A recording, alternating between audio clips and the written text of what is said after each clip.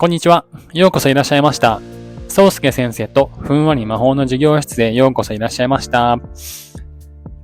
今日は少しね、前置きのお話をしようかなとやっぱり思ったんです。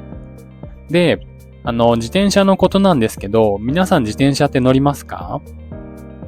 乗る方いっぱいいらっしゃいますよね。今日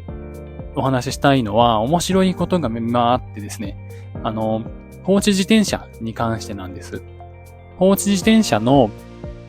やめてくださいっていう張り紙ですね。僕の住んでる近所のマンションで貼ってあってるのを歩いてる途中に見かけたんです。で、それを見たら、なんて書いてあったと思いますか？通常ね、放置自転車禁止です。こちらで勝手に撤去しますみたいな、そういうことが書いてあると思うんですけど、今回は面白かったので、ここで伝えさせていただきたいんですよね。もったいぶってもしょうがないので言ってしまいますね。そこに書いてあったのは、放置自転車です。ご自由にお持ちくださいって書いてあったんですよね。これはすごい上手だなぁと僕は思いましたね。ご自由にお持ちくださいと来たかって。確かにね、放置自転車、撤去されるかもしれないという、抑止力で、通常はそこにね、放置しないようにっていう風に促すんですけれども、今回はね、置いたら持っていかれるよっていう、そういうことで防止しようという発想で、これは新しいなと思いました。まあね、すでにもしかしたら Twitter、X とかいろんなところではね、そういう張り紙の面白さとかいろいろね、シェアされているかもしれませんけれども、僕も現実に初めて見ましたので、そういうことをここでお話ししてきました。そして、このチャンネルは皆様からいただいた質問、ご相談などをですね、一応先生という立場で普段やらせていただいているこの私がお答えする。それを一緒に皆様がお聞きくださって、ちょっと遠隔ですけれども、ラジオのような形を取りながら対話ということで展開していけたらなと思って解説しているチャンネルとなっております。さて、今日いただいた質問なんですけれども、この時期ね、受験とか先日大学入学共通テストっていうのが終わったところなんですけれども、で、そのね、大学入学共通テストなどなど含めて、高校生、中学生、小学生、どの年代でもあり得ると思うんですが、受験先とかね、大学の選び方をどうしようか、どういう形で選んだらいいだろうか、自分がどういうことに興味あるんだろうかっていうのが、なかなか思い当たらないというか、よし、これを選ぶぞっていう風に自分の中ではっきりと定めることが難しい。そういうね、相談、質問をいただいたんですよね。これに関しては皆さんどう考えますか？大抵ね、お家でお子様がいらっしゃる方であれば、何が自分がね、やりたいことなのかいろいろ考えてごらんとか、いろんなね、情報を集めてごらんとか、他の誰か先輩も仲間も含めていろんな人にお話聞いてごらんとかね、いろいろそういうアドバイスっていうのはするかと思うんですけれども、それらに関して、ここではね、ちょっと、別な視点というか、そこに含まれている要素をちょっと、やっぱり別な視点ですかね。そういうところから一緒にお話しさせていただければなと思ったんですよね。で、その大学選び、一旦じゃあ大学、自分で選ぶんだっていうお子さんが自分で選ぶんだっていう形では、小学校ももっとより、中学校などよりも、大学とか専門学校とかそういうところになってきた方が、自分自身で選択していってみるんだっていう色が強くなると思いますから、ここでは大学選びに関して、にまとめてお話ししてみようと思うんですけども、この時にね、さっきのアドバイスでは、いろんなね、情報を本なり、インターネットなり、お友達、知人、先輩などから獲得しましょうっていうことだったんですけども、これが実際どのぐらい有効なのかっていうところを少し検討したいと思いますね。というのも、そういう調べ方っていうのは、僕ってこういうのに興味あるんだよな、なるんだろうな、みたいな気持ちから、書類、文字情報、写真情報、動画情報などなどを検索していって、で、あと実際に体験した人とか、そういう方々の記憶、行動とか、そういうところを、得ながら自分でね、考えて選んでみるっていう話だと思うんですけれども、実際そういうふうにね、私はこれをやりたいんだろうか、何をやりたいんだろうか、みたいな形で、頭で考えて始めたことの答えがいつも頭で見つかるとは限らないというところを今回ね、ご相談いただいた方とお話しさせてもらう感じなんですよね。どうしてもね、私たちは今、そもそもいろいろ頭を使いながら学んだり、誰かと関わったりするっていうことが多くなっていますから、それ以外の部分があまり意識されにくい状況になっていると思うんですよね。そうすると、なんていうのかな。あまり意識しなくても、どうしても合理的に考えてしまう。この学校に入ったら、こういう資格が得られて、こういうスキルが身について、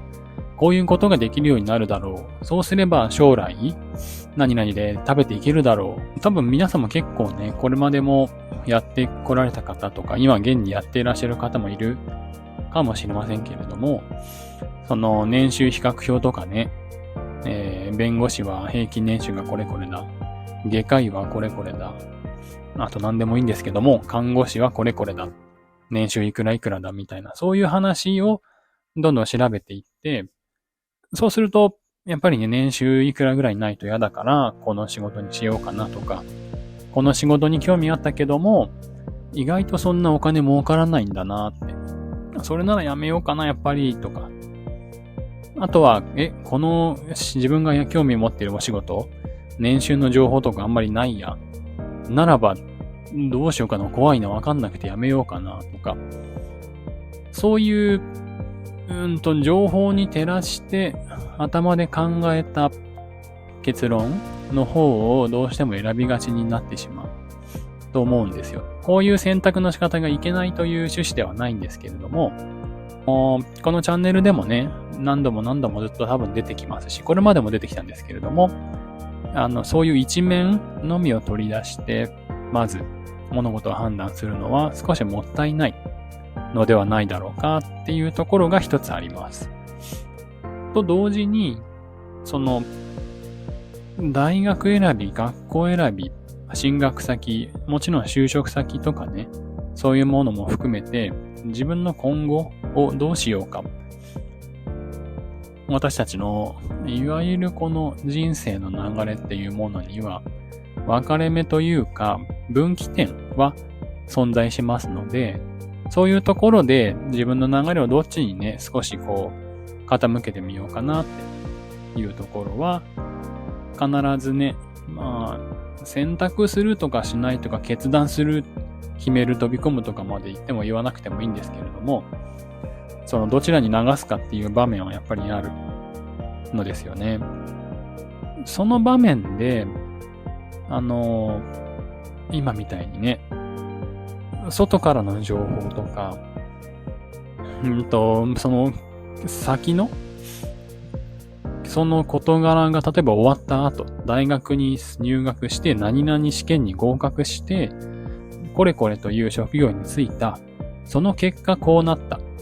その結果こういう年収が得られるだろう。っていう、そういう物事の結果に照らして選択しようとすると、これは普段お子様とか生徒さんとかとお話ししていても感じることなんですけれども、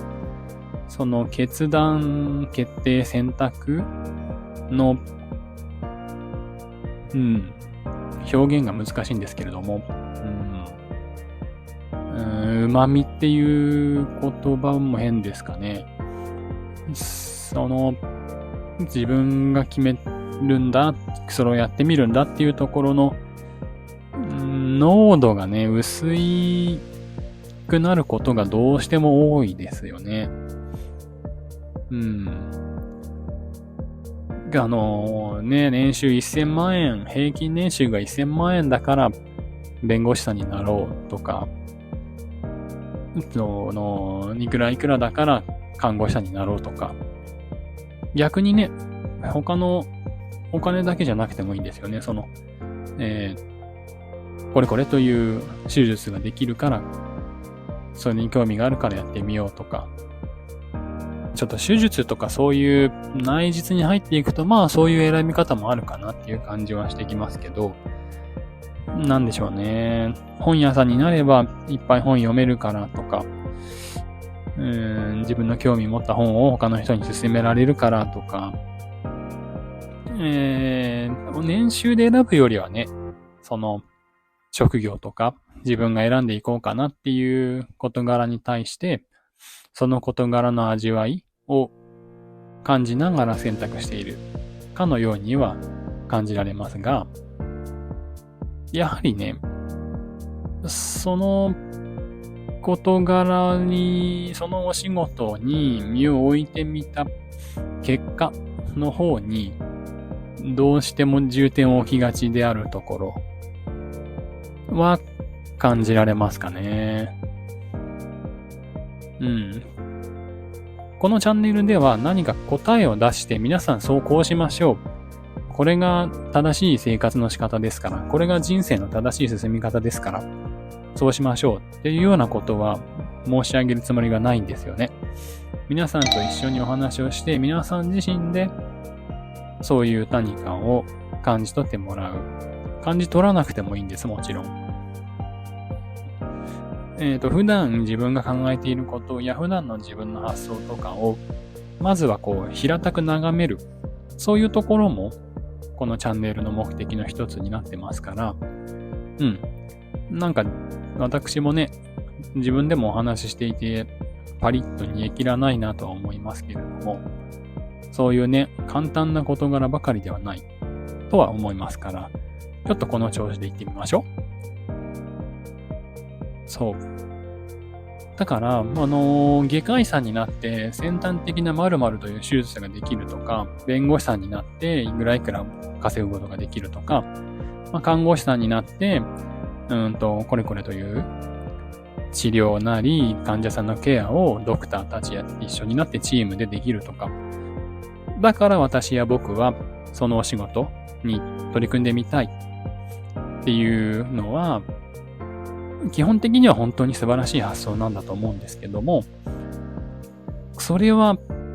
やはり頭で考えて、頭で調べてみて、頭で想定してみて、それでじゃあ納得、理解みたいなね、そういう選び方にとどまっているんではないかっていうことなんですよね。そうではなくて、ということができるでしょうかね。今回は難しいご相談ですね。一方でね、親御さんが例えば看護師さんで、その看護師さんのお仕事の業界関係、あるいは医療関係の情報に詳しいので、親御さんとしては意図的ではないけれども、お子さんに医療系のお仕事を、なんとなく進めるような、進めるまではいかなくてもやっぱりそういうお話をよくお家でもしたりすれば、お子様もそういう方面に関心を持つってことは当然発生することですし、そういった形でね、いわゆる進路を選択していくっていう方もいますよね。今まで述べてきた事柄、今まで述べてきた選び方のどれも良くないわけではないんですよね。ただ、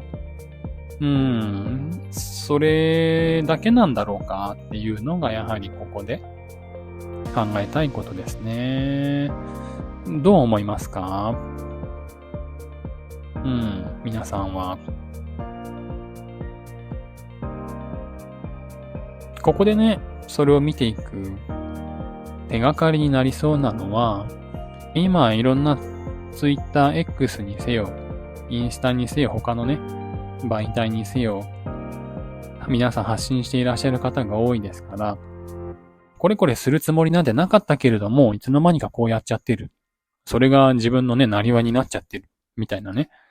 発言をなさっている方のことについては、お聞きになったことのある方もね、いるとは思うんですけども、どうですかね？そういう方向性がヒントになりますかね？でも私たちがどんな風に物を捉えて何かを選択してみることにするかとか、そういうのってね、すぐね、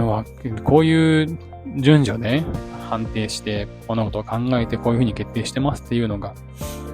簡単にわかることがではないと思いますから、意外と先ほどの例を継続すれば、外科医さんに例えばなろうかなと思っている方がいたとして、でも悩んでいる。医学部を受けるにしても、学力の面とかを一旦今回置いていますね。現実的な面では、その学力の面で、どうしてもね、選択の幅が決まってくるところはあるんですけれども、そこは一旦ここでは置いておいて、外科医さんになりたいなと思っている方がいたとして、よほどね、その決断が強ければ、悩む間もなく勉強しているでしょうし、なんと言うんでしょうね。多分皆さんの周りにもそういう方も中にはいるんじゃないでしょうか。その道筋を自分が歩んでいることが自分にとって当たり前になっている方、その意味で悩むっていうか悩みのテイストはあるのかもしれないんですけれども、別に自分が例えば今のね、勉強している医学部の受験のために勉強するという道筋に関して言えば、もう勉強することに疑問はないと。で、医学部受かるんだねってことにも疑問はないと。受からなかったらどうしようとかいう話は、頭をよぎることはあるかもしれないけど、別にそこに自分のエネルギーを費やすことはない。ともかくも勉強しようみたいなね。スポーツでも何でもね、他の事柄もそうですけども、そういう方多分周りにね、多少いらっしゃるんじゃないでしょうか。で、その方ぐらいね、早い段階で、現段階で選択、決定が自分の中に沈み込んでいる、馴染み込んでいるならば良いんですけれども、そうじゃない方もね、多いでしょうから、で、今もちょっと戻ると、外科医さんになろうかなと思っている方、かっこいいかな、お金もね、ある程度儲かるかもな、でも仕事も大変なんだよな、本当にお医者さんって、とかね、そういろいろ自分の体壊すかもしれないよな、とか、いろいろ考えている方がいたとして、そういうのっていうのは、いくらお話を実際に触れてる人のお話を聞いたり、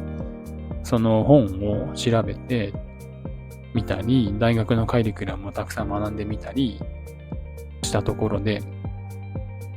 解決することではないですよね。理解ぐらいまではいける。その知識を得ることまではいけるけれども、本当に自分がやれるのかやれないのかとか、そういうのっていうのはそこに飛び込んでみた後じゃないとわからないことですから、そうだからこそ決めるのが難しいのですけどね。で、そういう方が、決めあぐねて、決めることができなくて、半分疲れたので勉強にもね、ちょっと公園に歩きに行ってみると。そうすると、秋頃になりそうな時とかだとして、暑さも和らいできて、ちょっとね、ご家族連れが小さいお子様と一緒に公園でね、はしゃいでいるというか楽しく過ごしている。そういうのを眺める。で、なんとなく眺めるうちに、この人たちも病気になったりするのかな、みたいな気持ちがちょっと出てくる。そういう時にね、自分だったらどうするかな、とか、ああいう人たちが病気になった時に助けてあげられたらいいのかね、面白いのかね、とかね。そういう風に、自分の中にある程度、そういう芽が育っているものっていうのは、全然関係なさそうなことを見たときにでも、少しその香りを感じさせてくれると思うんですよ。今の例では、ね、お子様とその親御さんが公園で遊んでいても、なんていうのかな、ちゃんとしつけなきゃダメだよとかね、思ったりする方もいるでしょうし、何も思わない方もいるでしょうし、どんなお弁当持ってきてるんだろうみたいなね。自分ならどんなお弁当作るかなとか思ったりする人もいるでしょうし、そういうみんないろいろなはずなのに、今回の例の方は、その人たちの健康のこととか、病気がこれこれっていうことが、例えばちょっと頭をよぎった。そういう部分から、なるほど、自分って、なかなかそういうね、医学に関心あるんだね。というような形で、自分のことをよりよく知っていく。そういう流れ、そういう方面もあった状態で、やはり、頭で考えたこと、その選ぼうとしていることとのバランスがね、取れてくるんじゃないかと思うんですよ。そのバランスが崩れていると本当にね、自分の感じるところと、表向きの姿勢と選んだことがずれてしまうので、なかなか苦しい。これはね、ちょっと以前もね、触れましたけれども。というわけでまとめてみると、自分がその頭で考え始めて、頭で決めてみること、いろいろな情報を得て考えて決断してみることはとても素晴らしいんだけれども、それと同時に自分がその決めようとしている、決断しようとしている事柄から全然離れた場面で自分がどう感じているか。そういう場面も大事にね、味わって、きっと、ある程度関心の強い事柄であれば、全然何も関係ないような場面でも、その事柄、選択しようかなとしている事柄に関連するものに目がいったり、それに関わる事柄を思い浮かべたりするはずですから、そういうところからね、より自分が何を望んでいるのかなっていうところを確かめていってもらえれば、多少ね、悩みがね、減ってくるんじゃないかなと思います。さて、ではそんな形で、今日はこの辺りで終わりにさせていただこうと思います。今回もここまでお聞きくださってありがとうございました。またご相談などありましたらね、こちら YouTube の方でもコメント欄とかにお書きいただければ、私なりに皆さんと話すような形で、動画にね、させていただこうと思いますので、またよろしくお願いします。